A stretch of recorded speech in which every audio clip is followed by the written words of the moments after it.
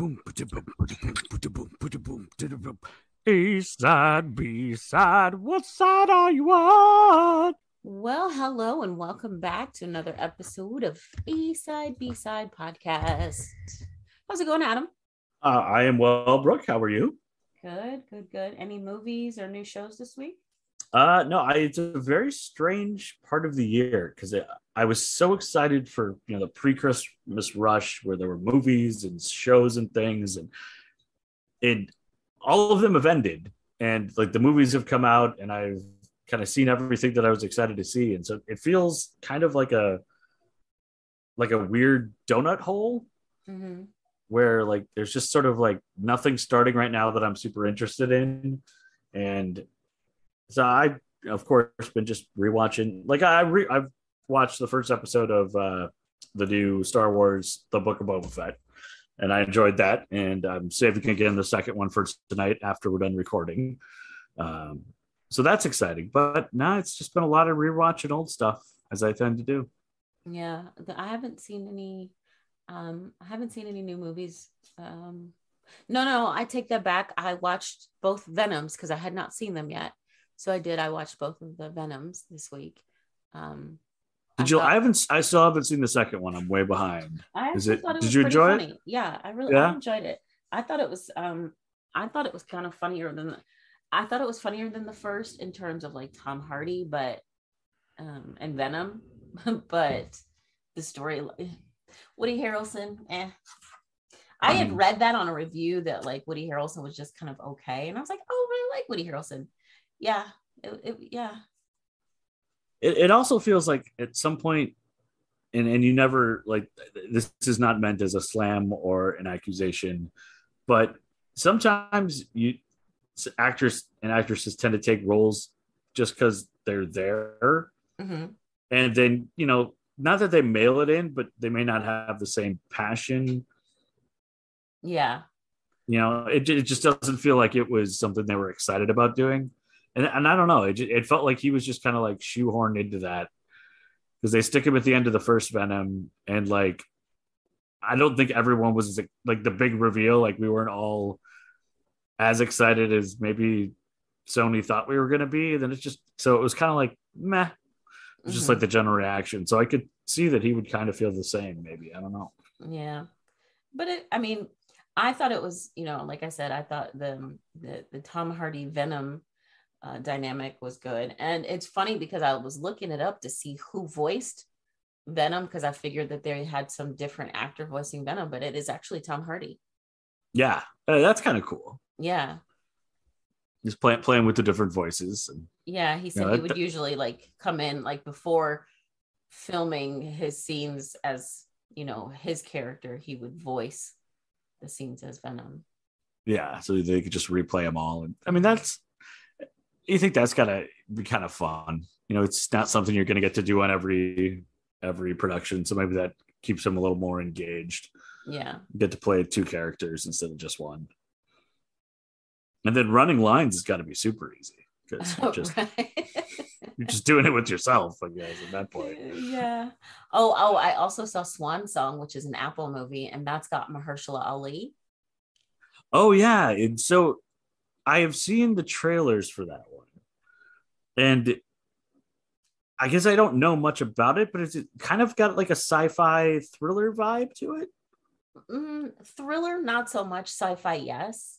Okay. So basically, and this is like the premise of it, so it's not really a spoiler. It's Mahershala Ali, his character is sick, and this special secret lab or whatever has made a genetic clone. Okay. And so it's just that story, Yeah. and so it's extremely character driven. There is not like going to be any action. There's no Yeah. shoot 'em It up it or feels anything. heavy. It is very heavy, Yeah. but it is very good. And Mahershala Ali, if he does not get nominated for this, because he had to carry this film completely, basically on his own. I mean, yes, he's got, like Glenn Close, of course, is in it, Naomi Harris, Mhm. but he takes on the bulk of the load. Yeah, and he's playing two characters again, so Mm-hmm. he's got twice as much work. Yeah. So I thought that was really good, but that, like I said, that's one that you're gonna have to sit and pay attention to, and you're not gonna get any of the action that would normally, keep you Yeah, entertained. but it's also good to know that going in, because sometimes I like fool myself. I watched I rewatched a film last night from 1987, No Way Out. It was like one of uh, uh, Kevin Costner's like first movies as like a leading man. It's got him and Gene Hackman and Will Patton and Sean Young. And I remember I'd seen it on cable when I was younger, Mm-hmm. but it was heavily edited because there's way more sex and nudity in the unedited version than the one I saw in like TNT in Mm-hmm. the late 90s. So that was a bit of a shock. But I had it in my brain that it was a little bit more action, and it's very much like a spy, like espionage thriller. So there is a little bit of stuff, but I kept kind of fooling myself, expecting there to be like more action around the corner. And I was like, I think I missed out on part of it because I was expecting things to take a different turn. And when they didn't, I was like, what's going on? So Right. it's good to know that going in. Yeah. It is definitely a good movie though. So I recommend it. Aside from that, nothing. I know my This Is Us is back on. I have to watch it. It's the final season. Mm-hmm. So I'm interested to they kind of left us with like this major cliffhanger before the holidays. Well, they've been off for a little bit now, but so I'm interested to see how they get there. And is this one of those final seasons that like is actually going to be a final season? Yes. Okay. Yeah. Yeah. They said going into it, like their plan was only to do like so many seasons. Right. But I mean, even when that is the plan, money is a very powerful motivator. That's true. That's true. But yeah, I think that this is the way it's written. I think this is definitely going to be the final season. That's fair.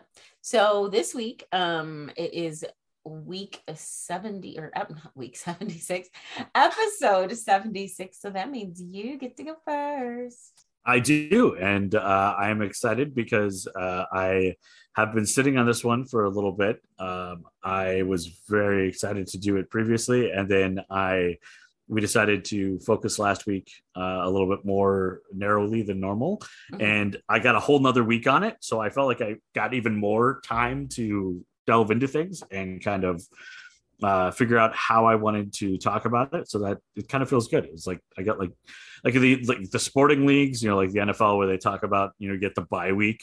It gives you 2 extra weeks to prepare, so you should be really ready to go. Or like when you're in school and test gets bumped a day or something, you're like, okay, I'm going to be even better for it. So I'm pretty excited because I am going to talk about a movie from 1996 today that I was absolutely ecstatic to hear about, to read about in my weekly Entertainment Weekly. I anticipated it a ton. It came out. It surprised me. It stayed on my list of really enjoyable mid-90s action movies for a long time. And then because of the content, I kind of didn't watch it for 20 years. And it was really interesting to go back over the past couple of weeks to rewatch it, to rediscover all those things that I remember, because it has one of those moments that sticks in my brain where I'm in the theater and something happens and it's just like, I'm so shocked, I'm so surprised, or it caught me. That moment has been frozen in my mind for 25 years.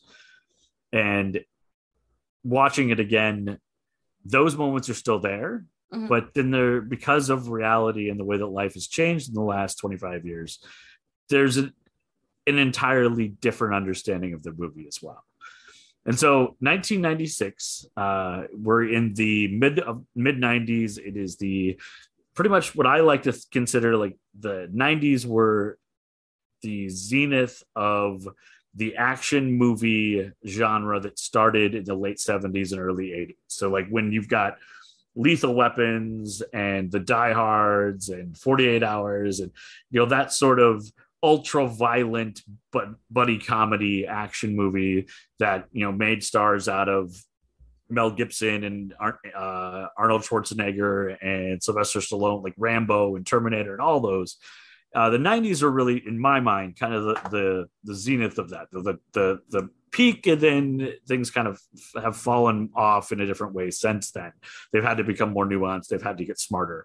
But what I really loved about this film when it came out in 1996 is I was super excited to see it because of the people in it. It had a great cast, and it sounded like it was going to be taking things a little bit more of a, intelligent route instead of just shoot 'em up, but still had people in it that made me think this was going to be really action based. So super excited. I went and saw it opening night.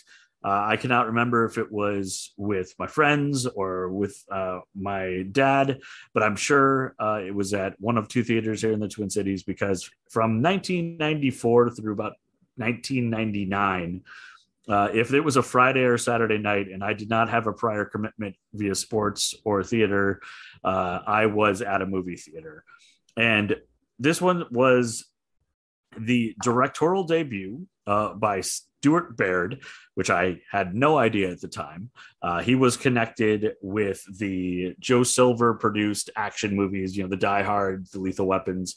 He worked as an editor, and Silver was producing this movie called Executive Decision, which basically functions around terrorists taking over a plane and the US government having to insert a counter-terrorism team in the air, piggybacking while it's flying and getting inside and then stopping the terrorists on the plane. It starred Kurt Russell, Steven Seagal. It was Halle Berry's first movie where she made $1 million. Wow. She turned down the role, and then they came back to her and upped the price, and so it was her first $1 million movie. The team of commandos that is led by Steven Seagal was an outstanding group of character actors, all of whom have gone on to do a ton of stuff, and folks that I didn't even realize, because at that point I had not watched all of the Perot, the BBC series Perot, starring David Suchet. He plays the main bad guy. You've got the commando group has got John Leguizamo, Oliver Platt, Joe Morton, and B.D. Wong. B.D. Wong would go on to be the medical examiner on SVU for 230 episodes. Joe Morton played, I'm trying to think the name of his character on series is called Eureka, and it's in my top 10 most watched series. I have season 1 on DVD that I have watched pretty much once a year for the last 10 years since it came out. Oliver Platt is one of those guys he's more than just that guy from that show, because his name, but then he's also never really like the leading guy. He's always a great character actor, a great supporting actor in everything from, he was in Wonder Woman recently. He was in, trying to find anything other that was close. X-Men at one point, X-Men First Class. There's one of those guys that, and he plays, the smart tech role, sort of the Jeff Goldblum in Independence Day role, or the Jeff Goldblum in Jurassic Park role. Maybe he just plays Jeff Goldblum in a way. Another Jeff just playing, Goldblum. Yeah. But I had so it's 1996, and I and my group of friends were huge Steven Seagal fans, mostly because Under Siege would play on USA or TNT or the local Fox station seemingly every week. And we had seen the edited version of that so many times. And that movie actually falls into I think, and I've mentioned this before, when I was in grade school, I couldn't watch a lot of movies that some of my friends could, because they had older siblings who would get to see the movies. And so they'd kind of get grandfathered into getting to see movies before I was, because I was the oldest. And my friend Matt would tell me about movies as we were like hanging out in the playground at recess. And I'd make him like recount the entire film to me, almost scene by scene, to explain everything that's happening so I could feel like I'd seen it.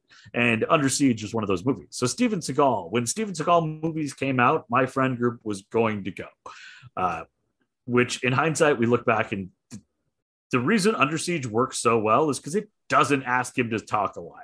He gets to play this grumpy chef that is stuck on aircraft carrier or the Navy ship. Maybe it's not an aircraft carrier. And he doesn't have to die. He just gets to fight and it works perfectly. From that point on, when he started to want to have lines and things got a little weird with Steven Seagal movies.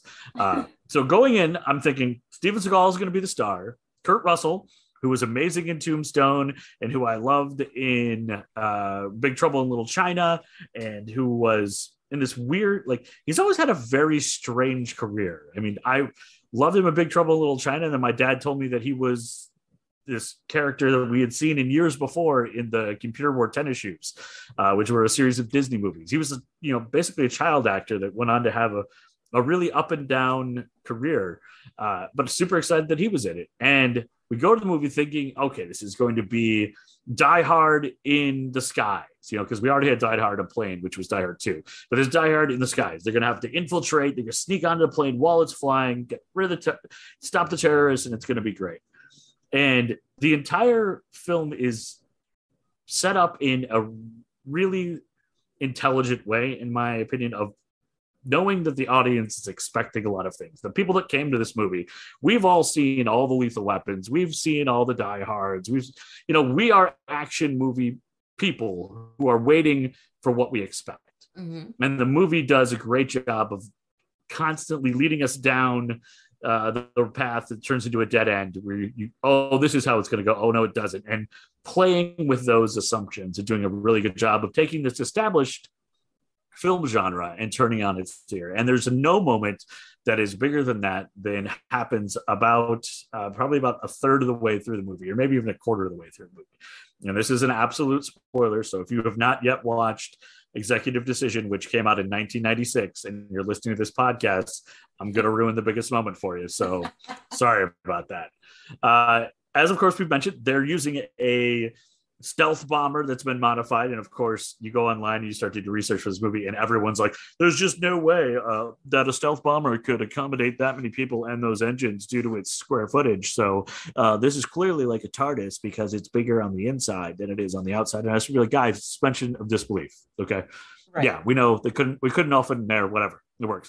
They use the stealth bomber to sneak up behind the plane. They go underneath. They basically suction cup to this random like air hatch on the bottom, and they all start to scurry up the very slim and not impressively looking, like it looks not nearly strong enough to be connecting these two things while in flight, tube. And as that happens, they're starting to lose pressure. And in a moment that I absolutely remember turning to someone, whether it was my father or whether it was one of my friends, and being like, I can't believe that just happened. Steven Seagal, in a moment of heroism, his Colonel Austin Travis, which is it's a great action movie name, Colonel Austin Travis, reaches up and closes the airlock just as it depressurizes, and the stealth bomber that's been modified gets ripped away because it's lost pressure and compression. I don't know what the science words are. It goes boom. And all of a sudden, quarter of the way through this movie, the guy who I thought was going to be the star, and in the very least was going to be like the co-star, is gone. And it takes the audience's expectation and puts and twist that right in the script, because now you've got the team of commandos like Wazamo, Morton, Oliver Platt, and BD Wong who are like, wait a second, we just lost our commander and we're now stuck in a plane that's been taken over by terrorists that has a bomb on it that is going to release some nerve gas on the eastern seaboard. Right. It was like a common thing that it's always the eastern seaboard. Like no one goes after goes after like the western seaboard. I don't know why. It's probably because of the location of DC and New York City or something. But because you lose Steven Seagal, now the movie has set it up to like, oh, we'll just kill like one of the main characters. So for the rest of the film, I remember being on pins and needles, worrying about like, what's going to happen? Who's going to die? Like I'm starting to care about these characters. And Joe Morton's character, who's the bomb expert, gets really injured and you think he's going to die at one point. And then the tech guy, Oliver Platt, who's just there because he was the one who designed the stealth bomber that could hook on, but they brought him along. It's like, why do they do that in movies? Like, oh, you're the engineer? Okay, well, we'll just bring you along too, just in case. You can't actually do anything when you're up there, like redesign the plane, but we'll bring you along just in case. It's a very strange thing. I mean, it works really well for stories. But for the rest of the movie, you believe that anything could happen to anyone, whether that is Halle Berry's flight attendant who ends up helping out the commandos, to the other terrorist. David Suchet at one point, again, spoiler alert, kills one of his own guys. And it turns out that all the other terrorists don't know that what his master plan is. They think it's to get this guy released that is their main guy. But in truth, Suchet's got a whole different plan, and he's actually going to detonate this bomb no matter what. And he's got a sleeper agent who's a sleeper agent from his own people, which is just wonderful lines crossing. There is some really great moments. You've got JT Walsh, who plays a senator trying to get political points out of the whole thing. You've got a very, very overacting former spouse of a former president, Marla Maples Trump, in what was one of her first roles. And I remember the press at the time is that this was like her first big role, and she was going to break into acting. She basically spends the entire time just with her eyes as wide as humanly possible, being scared, without ever blinking, it feels. So I can understand why she didn't get a lot more roles. And of course, Kurt Russell plays the guy who ends up, he's the analyst at first. He's a doctor. He's very much the Tom Ryan, or as played by Alec Baldwin, role in Hunt for Red October, the guy who's the desk guy who's not supposed to be in the field, who ends up coming through, and the team works together. They do a great job of not making any of the quote unquote heroes too super heroic. They've all got flaws. They're all not sure what's going on. They're kind of fighting their way through to make sure that this works, and some of their plans don't go as well as they should. It just keeps you on your edge of your seat for the entire time. And that's the feeling that I remember from 1996. And that feeling is still there. Okay. But rewatching it 20 years after 9/11, it is uncomfortable and eerie. And I mean, there's no way this film would be made after 9/11 will ever be made again. But the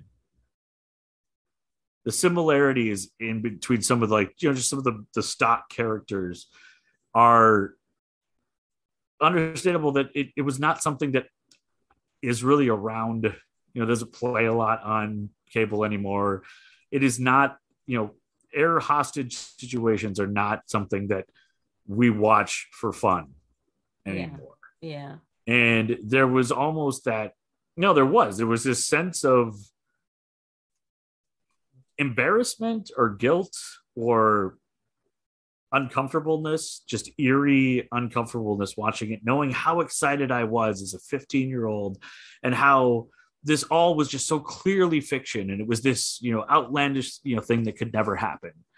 And then to have it have happened just 5 years after this film came out, what 5.5 years after the film came out, really is something that I just could not ever step away from.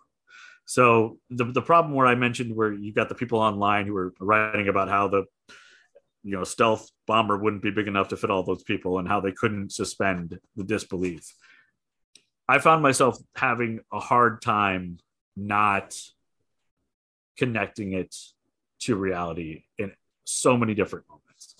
And it's one of the few times that I think, because I didn't think about that going in. I didn't avoid it really because of it. It was like, oh, this is going to remind me of 9/11. It just was completely out of my social, or wasn't in front of me. It wasn't something that I thought about. But as soon as I started watching it and I was excited to watch it, I could just never get away from that moment. And it's one of those things where I think as we go through life, I think we talked about, we did the movie battle Yes. between Truman Show and Ed TV, right? Yeah. and how, for me, the Truman Show has changed so much over the course of my life in the last 25 years because of living.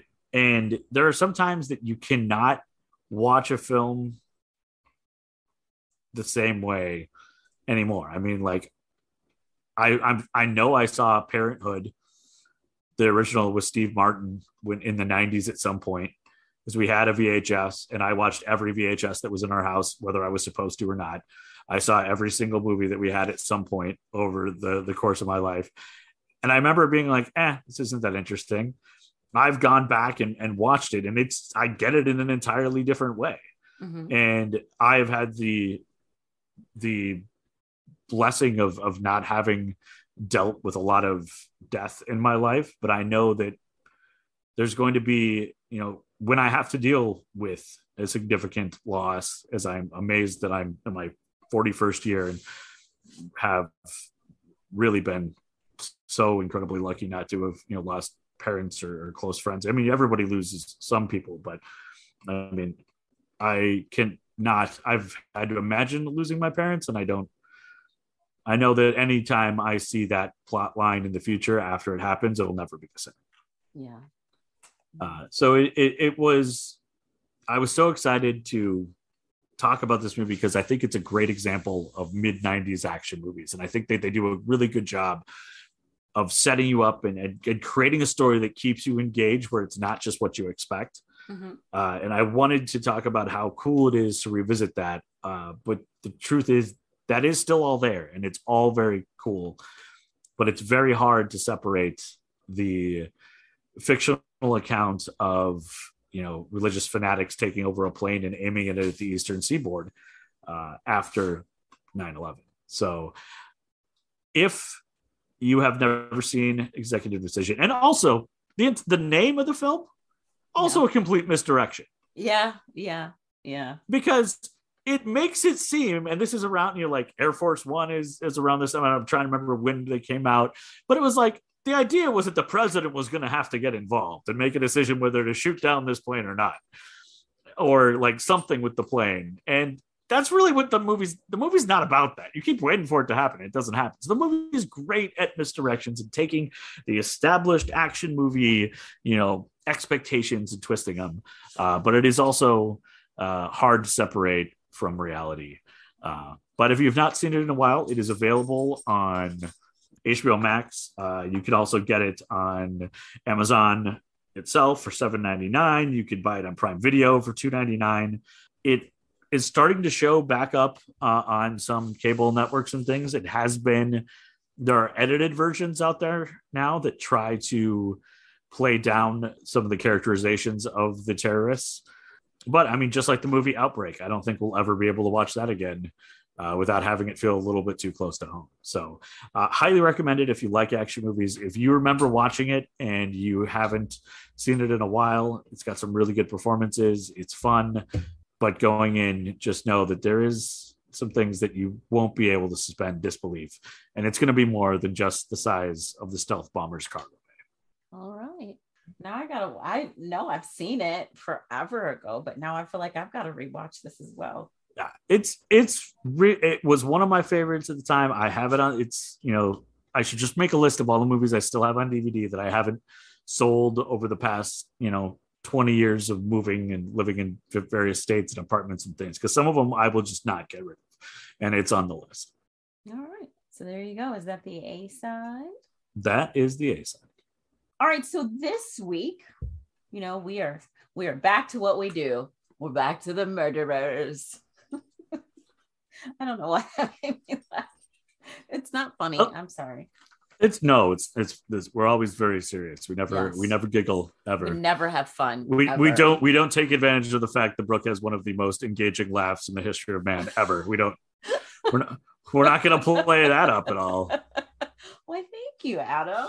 Why would we waste our number one resource? Stop it. All right. So this week we are talking about Carl Tamzler. So Carl Tamzler. Carl Tanzler. T-A-N. Tamzler. T-A-N as in Nancy, Z-L-E-R. Tanzler. Okay. So Carl was born February 18th of 1877, because I know you love the old ones, Adam. Ooh, 1877. Mm-hmm. I know you love when they're old, because then that means they're dead and you don't have to worry about them. Yeah, they're like, and things like the consequences have long played out. Right. Yes. So he was born in Dresden, Germany. His nickname was Count Karl von Kassel, but he was actually born Karl with a K, and somehow it's been converted to a C. Well, probably because of that, that Marx guy. Ah, there you go. Yeah, it's like, oh, the Carls with a K, those are communists. Yeah. They're not all communists. They're not, no. You can see how people would be like, oh, well, no, I'm Carl with a C. I'm Carl with a C. So for capitalism. Carl with a C was also known as George Karl Tanzler, Count Karl Tamzler von Kassel. So he had quite a few names. He grew up during the period of the Kaiserreich, or the Second Reich in Germany, and he found his way to Austria just prior to World War I. Mm-hmm. In Carl's autobiographical account called The Trial Bay Organ, a product of wit and ingenuity. Yes, that's the full title. That is a very egotistical autobiographical title. I love it. It was published in the Rosicrucian Digest, which began being published in 1915. His account was published in March and in April of 1939. So he gives details about his time in Australia. I said Austria, and I apologize. I meant to say Australia. I was going to say, because like being in Germany and winding up in Australia, like people do that just when they take a long walk. But when you are in Germany, you wind up in Australia. That's there's at least a boat involved. Yeah, Germany from Austria, not a big deal. Germany to Australia, big deal. So he winds up in Australia, and he details his time in Australia before the war. He also talks about his internment during the war and his return to Germany after the war. Side note, in 1914, there were up to 75,000 nationals of what were considered enemies of the state that lived in the UK. When World War I started, there was a fear of espionage and sabotage. Mm-hmm. So under the Aliens Restriction Act, foreign nationals were required to register with police. All non-naturalized enemy nationals of military age were interned. Like they were put in jail. Yeah. Well, there was, I don't have details, but I know that there is a sordid history in the U.S. as well, especially of anyone of Japanese heritage during World War II, where we had internment camps as well. Yeah. So his autobiographical account, part of it reads, many years ago, Karl von Kassel traveled from India to Australia with the intention of proceeding to the South Sea Islands. He paused in Australia to collect equipment and suitable boats and to become acquainted with prevailing weather and sea conditions.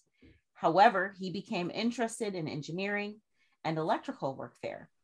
He had just begun to build a trans-ocean flyer when the war broke out, and the British military authorities placed him in a concentration camp for, quote, safekeeping, along with many officers of India and China who were prisoners of war. At the end of the war, no prisoner was permitted to return to his former residence, but all were shipped to the prisoners' exchange in Holland. When Karl von Kassel was released, he set out to find his mother. Finding her safe, he remained with her there for 3 years. Finally, she suggested that her son return to his sister in the United States. Very subtly, I'm sure. Yeah. Look, hey, girl. Hey, honey. I love you, but it's been great. It's time for you to go. Get out now. In the upper Midwest, we have the where we go whelp, and we like slap both hands on our thighs as we try to stand as the international symbol of you should go home now. Right. Well, it's time for you to leave. Yeah, we've had Time fun. to go. Yes, that's basically what that was. That was the thigh slap that Carl's mom just did. So Carl's account of his boat building has been confirmed by Nyan Tiloka Matathera. Born a Westerner, he became a fully ordained Buddhist monk. He was also interned by the British during World War I, then deported to Australia.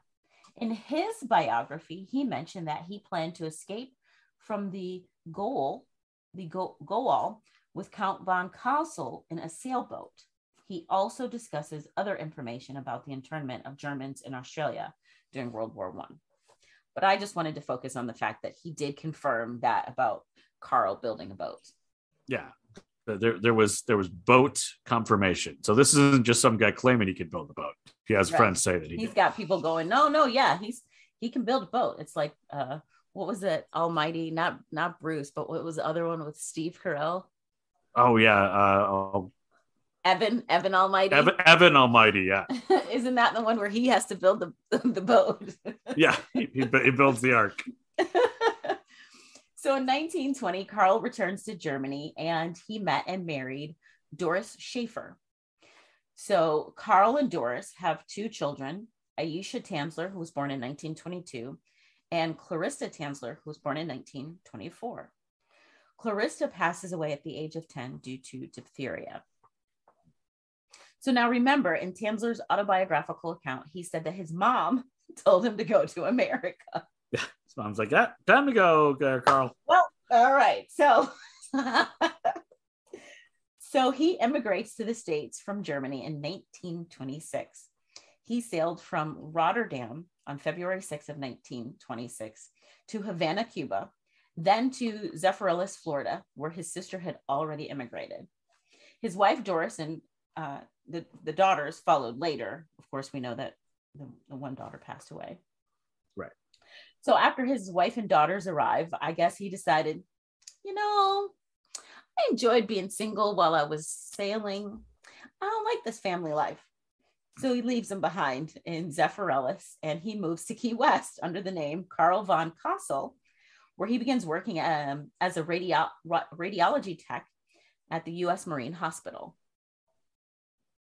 So when Carl was a kid in Germany and later in life, while traveling in Genoa, Italy, he claims to have been visited by the vision of a long dead ancestor, Countess Anna Constantina von Kassel, who revealed the face of his true love to him. She would be a, quote, an exotic, dark-haired woman. Well, okay, you said this was an old one because they're all dead, but you didn't mention there'd be ghosts. But the ghosts were so long ago. You're good. They're long. Oh yeah. Because old ghosts, so those aren't scary. They don't have hundreds of years of experience to haunt you with. So now remember, this relative tells him that his true love is going to be this dark-haired beauty. Enter Maria, his dream come true. So Carl van Tamzler meets Maria Elena Helen Milagro de Hoyos on April 22nd of 1930 while working at the Marine Hospital. Elena was born 1909 to a local cigarette maker, Francisco Pancho Hoyos, and her homemaker mother, Aurora Milagro. She had two sisters, Florinda, also called Nana Milagro Hoyos, and Celia Milagro Hoyos. So Nana, or Florinda, married a guy named Mario Medina and died from tuberculosis. Mario died from being electrocuted while trying to help a co-worker who hit a power line with a crane. So Carl, that sounds like its own episode right there. I know, right? And on next week's B-side. So Carl, he sees Elena and he immediately recognizes her from the visions that had been given to him by Countess Anna. Yeah, you can't fight visions given to you by your long dead relatives. When those relatives visit and they tell you something, you better believe them. But I mean, it is such a family thing that like your ghost visit, you would be like, this is who I think you should be with. Are you married yet? I'm just saying, look for this lady. No, it's also more like, I know you're married and just left your family, but You're gonna marry this person. Yeah, this is the. I just want you to be with somebody, and also you should eat something. I want you to be happy. Well, it's time for you to marry somebody. Yeah, time for you to go. Okay, so a bit more about Elena. She was actually married. Elena had married Luis Mesa, son of Caridad and Isaac, on February 18th of 1926. Unfortunately, Luis had left Elena a little bit after their marriage because she suffered a miscarriage. He left Key West and he moved to Miami. So as if Elena's life wasn't filled with enough heartache, she gets diagnosed with tuberculosis, which was particularly fatal at the time because it was such an early time. They didn't really know what to do with that. Yeah. Tuberculosis eventually killed much of her immediate family. So Carl, he's convinced that this is the love of his life, and he's a self-proclaimed expert now, is vowing to treat and cure Elena. So he uses a variety of tonics, elixirs, and medicines, along with an X-ray machine and other equipment that he took to her home to try to cure her. Elena's prognosis was very poor. So Carl, he showered his vision of his love with tokens of his affection, like jewelry, clothing. He even professed his undying, literally, love to her, but to no avail, because there is absolutely no proof that she felt the same way. I mean, yeah, but I mean, it's a super awkward position. Like, here's this guy, like, I'm gonna save your life, and he's bringing in like X-ray equipment that he probably borrowed from work. Right. I mean, you're kind of behind the eight ball. You don't want to be like, hey, go away, you're creepy, because you're trying to save my life, but also like don't want to actually encourage you. But well, and even if she did show any kind of like appreciation or affection, it was probably like, I really appreciate this medical quote unquote professional trying to help. Yeah, me. It's the meme that says, hey guys, the server isn't nice to you because she loves you. Right. She's just doing her job. Exactly. Sadly, poor Elena succumbs to tuberculosis despite all of Tanzler's best efforts, his tonics, his elixirs, his medicines, all of that. Stolen X-ray machines. Right. She passes away at her parents' home in Key West on October 25th of 1931. She's still legally married to Luis at the time of her passing, in case that was a question. So Carl Tamzler steps in and he tells her family, I've got it covered. I'm going to pay for her funeral. So he steps in, he pays for her funeral, and he hired a mortician to prepare her body, all with her parents' permission. He then commissions a construction of a mausoleum in Key West. Elena's family was unaware that the sole key for the mausoleum would remain with Carl.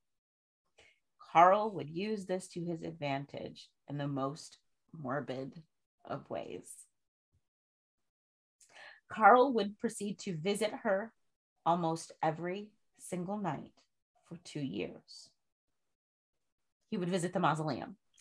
Then, I don't know what flip switched, but in April of 1933, during the late hours one night, Carl Tanzler made his way through the cemetery. He was real low key. He breaks into the mausoleum. He gets a hold of Elena. He steals her body. He places her in a toy wagon and takes her home. He just got tired of the commute. He wanted to creep from home. Yeah, well, you could say that. He was alleged to have said that he believed that Elena's spirit would come to him when he visited her grave, and he serenaded her in Spanish with her favorite song. It was also claimed by Carl that when Elena would visit, she would tell him to take her from the crypt. This would also eliminate his need to visit the cemetery nightly if she was at home. So he turned an old airplane into a makeshift lab where he kept Elena at first. All right, so we're a little under 2 years into her death, which means you know, even with her body being prepared, there's going to be decay. Like, things do from dust we are made, and from dust we shall return. Right. And not like a little decay, but like, you know, like quite a bit. Yeah. So to fight against the decay, Carl Tanzler takes drastic steps. He kept Elena's bones together with piano wire and coat hangers. He placed glass eyeballs into her eye sockets. As her skin decomposed, Carl would replace it with silk cloth soaked in wax and plaster of Paris. You know, like the stuff you used in school to make like the piñata and stuff. Or the world's worst volcano. Yes, exactly. You know, we always took it. We blew up a balloon and put it around the balloon and made the plaster. Yeah, then you pop the balloon. Yeah. So as her hair fell off of her scalp, he collected it and he made it into a wig. He then put rags inside of her chest cavity and abdomen to help her keep her shape. Carl dressed Elena's corpse in stockings, jewelry, and gloves. He then moves Elena to his bed, and he used excessive amounts of perfume, disinfectants, and preserving agents to mask the smell of decomposition. Her corpse was with him for 7 years. So pretty much everyone in town discussed the reclusive scientist who would be witnessed buying women's clothing and perfume. And one young local boy added fuel to the fire when he said he saw the doctor dancing with a, quote, giant doll in front of the open window. Oh. Yeah. Elena's family began to suspect something was really wrong. Then you add to this, in October of 1940, Elena's sister Florinda heard rumors of Carl sleeping with the body of Elena that he had stolen from the mausoleum. She confronts Carl about it. Carl's home, where the body of Elena was discovered by her. Initially, it was thought that it was a life-size effigy doll, or, you know, effigy or a doll, but it was in fact Elena. There was so much plaster and various things on there that it's like, oh, this is really creepy, but then so much worse. Yeah. Oh, so much worse. She notifies police and Carl's arrested for grave robbing. Carl Tamzler was given a psych exam and found mentally competent to stand trial on the charge of wantonly and maliciously destroying a grave and removing a body without authorization. A preliminary hearing was held on October 9th of 1940 at the Monroe County Courthouse in Key West, where Carl Tamzler had to answer the charge, but the case was dropped and he was released because the statute of limitations for his crime had passed. Which, can we just get rid of all statute of limitations? Like, I don't, someone's going to have to, someone can just explain to me what the value of them is. How is there a get out of jail if you just don't get caught for a long enough time period? Right. Thing. Oh, it's fine. You stole a body from a grave. It's been 10 years. You're fine. Go home. Yeah, I mean, I could get it if it was like, I don't know, parking tickets or something. But grave robbing? Like, how is that like, oh, but, well, maybe that's, you know, we don't want to go after the archaeologists who steal stuff. So I will accept a statute of limitations if it is 100 years or more for grave robbing. And it's dinosaur bones. Yeah. Although we don't want another Jurassic Park. So maybe, just maybe. That's okay. The CDC just announced that you can reopen your giant island of dinosaurs if you learned your lesson from the first time. Yes. Oh, so, okay, let's talk about Elena. Shortly after the discovery of her body, it was examined by doctors and pathologists, and an autopsy revealed the extremes that Carl went to for her preservation and upkeep, including a paper tube that had been placed between her legs, forming a makeshift vagina. Oh, I was hoping this wasn't going to go there. Carl never admitted to sleeping with her corpse. After her examination, her body was put on display at the Dean Lopez Funeral Home, where it was viewed by almost 6,800 people. Her body was reinterred at the Key West Cemetery that she was stolen from. Her remains were buried in an unmarked grave in a secret location to prevent any further tampering. Now, I know he has not admitted to it, or he never admitted to it, but I'm going to say, I mean, you made it for a reason. Yeah. Okay. So in 1944, Carl Tanzler moved to Pasco County, Florida, which is about 35 miles from Zeffirellis. He wrote an autobiography that was featured in 1947 in the Fantastic Adventures magazine, which was a sci-fi pulp fantasy magazine. Right, because no one would believe that this was reality. Right. They were like, oh, we'll just put it in Weekly World News. Right. So when he moved, he ended up near his wife, Doris, who helped him and supported him in his later years. Carl Tamzler became a U.S. citizen in 1950 in Tampa, Florida. So Carl, who no longer had his Elena, made a death mask and created a life-size effigy of his sweet Elena that he lived with until he passed away on July 3rd of 1952 at the age of 75.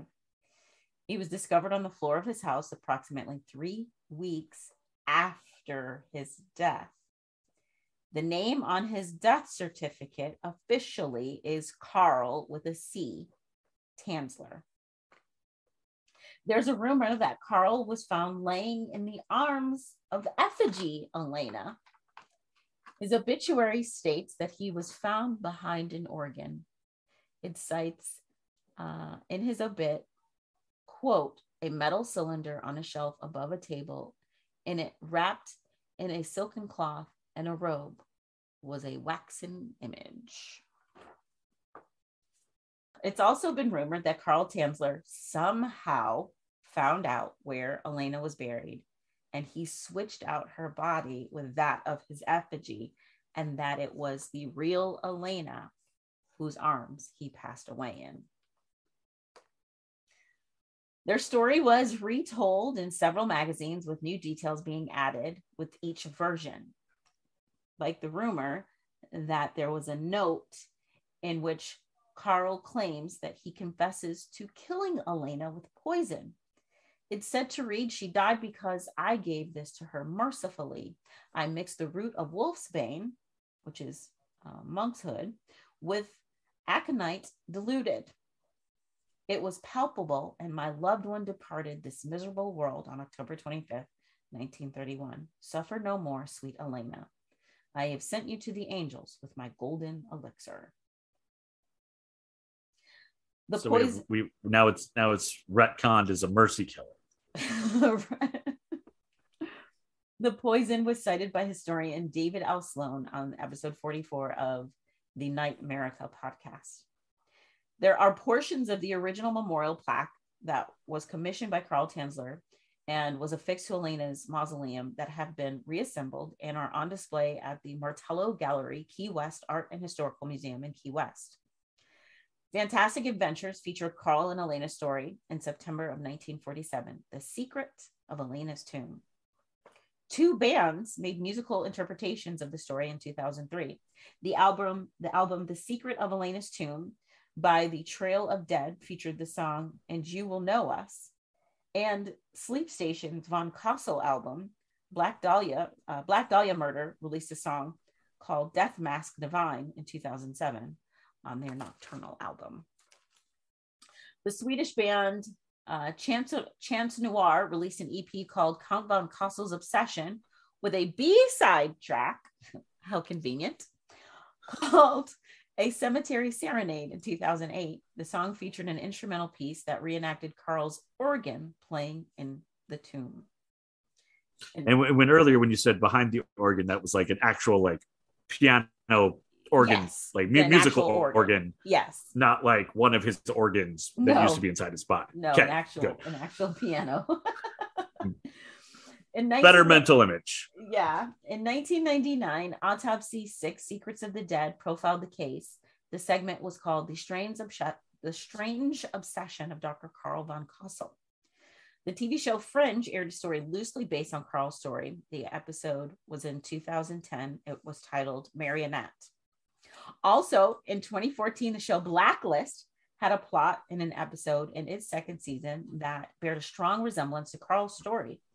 In it, it's revealed that a smuggler had been stealing corpses from graveyards and using them in a corpse mail order bride business as part of an alleged Chinese tradition involving unmarried descendants. Remains found in the smuggler's facility closely resembled the corpse of Elena after it had been found in Carl's house.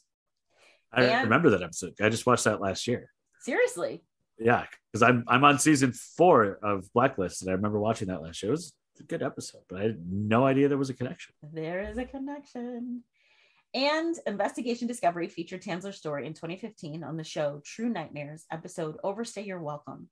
And in 2020, Carl's story was featured on the Travel Channel show True Terror with Robert Englund. The episode is called Cryptic Messages. And there you go. That is the truly bizarre, truly wild story of Carl Tanzler. And, you know, often there's something that sticks with me that I can't, you know, get rid of with each of the B-sides. But earlier you mentioned that he went to the grave and played her favorite song and sang to her. I would bet good money there's no way on earth that was actually her favorite song. You think he's just making up a song? Like she probably mentioned like one time, like, oh, I like this, and he's like, it's her favorite song. I will sing it to her every night. And by the end, she's the ghost. She's just like, all right, oh, here we go. Here's the song again. Here we go again. Yeah, she's doing here we go. She does. Well, it's time to get out of here. Well, time to haunt somewhere else. But there's just no way that the obsessed guy didn't accidentally learn the wrong favorite song. So just be careful. Just be careful what you tell people that like you a whole lot. What you like, because you're gonna end up getting that forever. But there you go. That is the B-side. Well, you're right. I do like when it happens a long time ago, but that wasn't even that long ago. Like by the end, he was the 80s, 70s. That was he died in his death. His death is 1952. Hers was in the 30s. Yeah, but then there were some people that found the notes. Oh, yeah. The notes was found in the 1980s. Okay. Yeah. I was like, man, that guy lived to be really old. Maybe that's a secret to long life, just being a super creep. But no, 1952. Creepy. Yeah, 1952. That's not abnormally long. He's not Methuselah. But there you go. That's the B-side. It's a crazy one, but it's kind of like it's so weird that you're like, can I really be like creeped out by him? Like you can be, but it's just like, what is wrong with you, dude? But you can also see how like some people, because it wasn't like considered a murder at the time, some people would like rationalize it that like this is just like a really weird romantic guy, that he loved her so much that he created like an effigy of her. He couldn't like, you can see how people would talk themselves into that. Like, oh, it's kind of sweet. It's pathetic, but it's kind of sweet. Yeah. He just loved her so. He didn't even know her. Yeah. There's no way that was her favorite song. Oh, man. All right. So, of course, if you'd like to support the podcast. You want to support the podcast or support the podcast, either one. If you'd like to support us, just let us know. If you'd like to support us, of course, there's several ways you can do that. We'll have our pictures and our sources on our website, which you can look at, Adam. At A-side, B-side, podcast.square.site. Yep. And of course, what? Because I said, yep.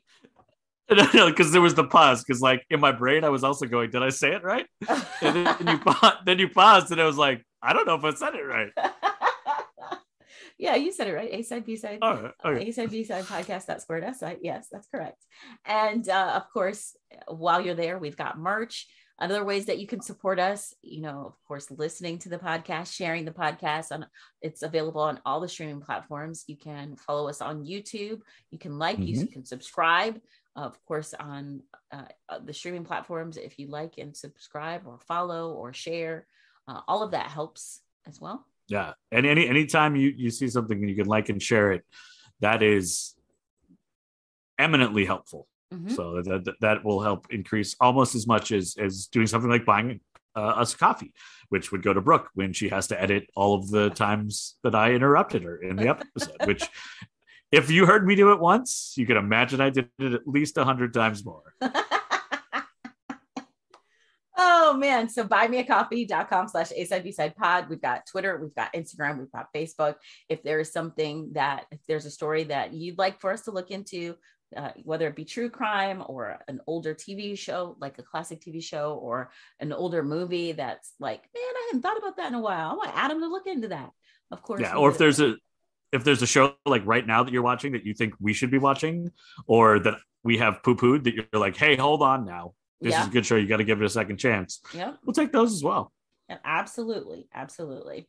So, of course, you can, again, instant message us, DM us, send us an email, asidebsidepodcasts@gmail.com. We would love to hear from you. And as always, thank you so much for taking this journey with us. Episode 76. Thanks, Adam. Thank you, Brooke.